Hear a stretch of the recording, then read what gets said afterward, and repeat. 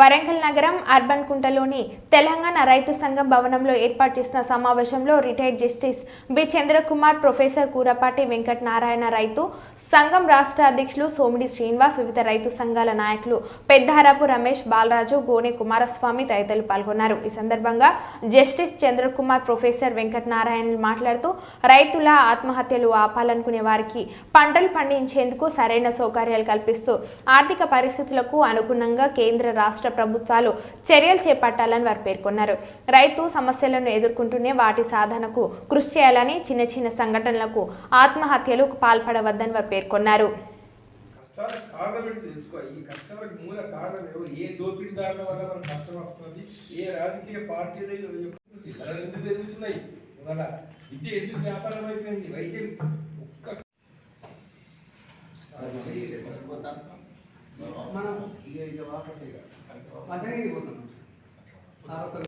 ఈరోజు అనేక కారణాల వల్ల ఏమైపోతుందంటే పంట దిగుబడి ఈ రసాయనిక ఎరువుల వల్ల పెరిగినా కూడా దాని నాణ్యత అనేది అయితే ఒక ఆరోగ్యప్రదంగా ఉండాల్సినటువంటి ఒక పంటని వల్ల రావడం లేదు.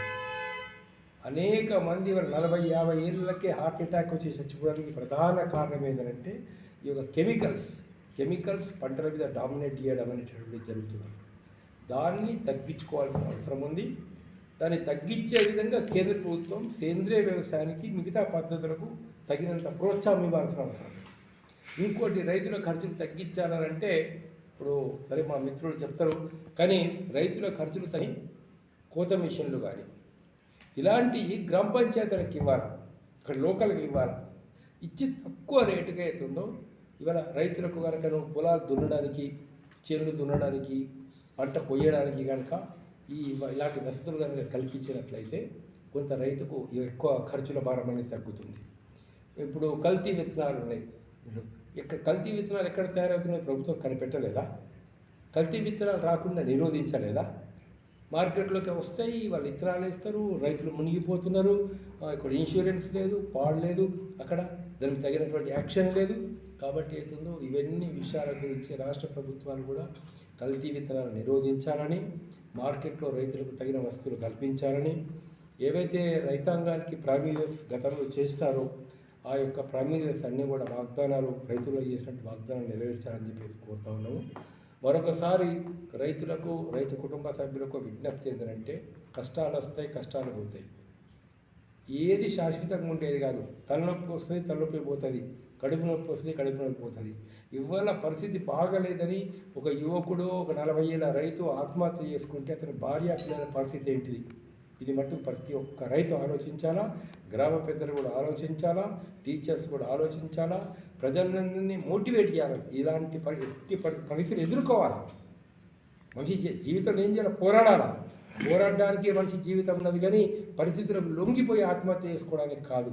ఇది మేము ప్రధానంగా మా రైతు సంక్షేమ సమితి నుంచి ఇస్తున్న సందేశం. కావాల్సినటువంటి అవస్థాపన సౌకర్యాలన్నీ కూడా ఎనర్జీ, కరెంటు కావచ్చు, రోడ్లు కావచ్చు, అనేక రకాల వసతులన్నీ కల్పిస్తున్నారు పారిశ్రామికవేత్తలకు. రైతుల భూములను లాక్కొని కూడా వాళ్ళకి చేస్తున్నారు కార్చౌకగా.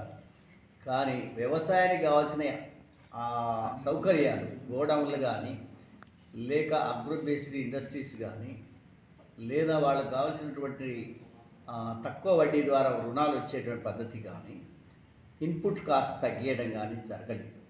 కాబట్టి ప్రభుత్వము రైతుల యొక్క సౌకర్యాల కొరకు, ముఖ్యంగా వ్యవసాయ సౌకర్యాల కొరకు చేయవలసిన పెట్టుబడులు చేయకుండా మొత్తం అదంతా కూడా మార్కెట్ ఎకానమీకి వదిలిపెట్టి రైతులను బిచ్చగాలుగా చేసేటువంటి విధానం ఈ రైతులకు ఉండే ఆర్థిక సంక్షోభాన్ని తొలగించలేవు.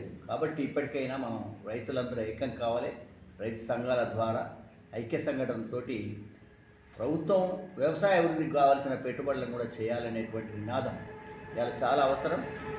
జస్టిస్ చంద్రకుమార్ సారు అనేక సామాజిక ఉద్యమాలతో పాటు రైతుల విషయంలో ప్రత్యేక శ్రద్ధతో